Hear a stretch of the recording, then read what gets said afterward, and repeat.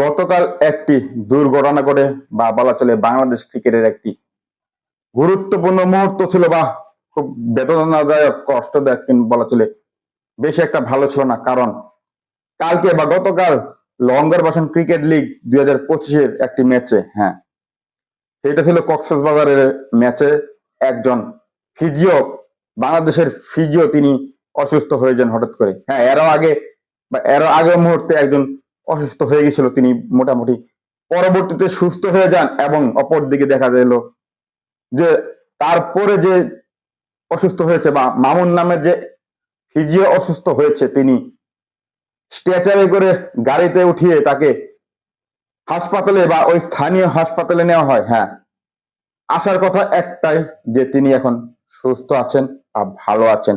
তিনি মাঠে ফিরেছেন, মাঠের মানুষ বা মাটির মানুষ মাঠে ফিরেছেন এবং সার্ভিস দেওয়ার জন্য তিনি অপেক্ষা করছেন কিংবা এখন রেস্টে রয়েছেন।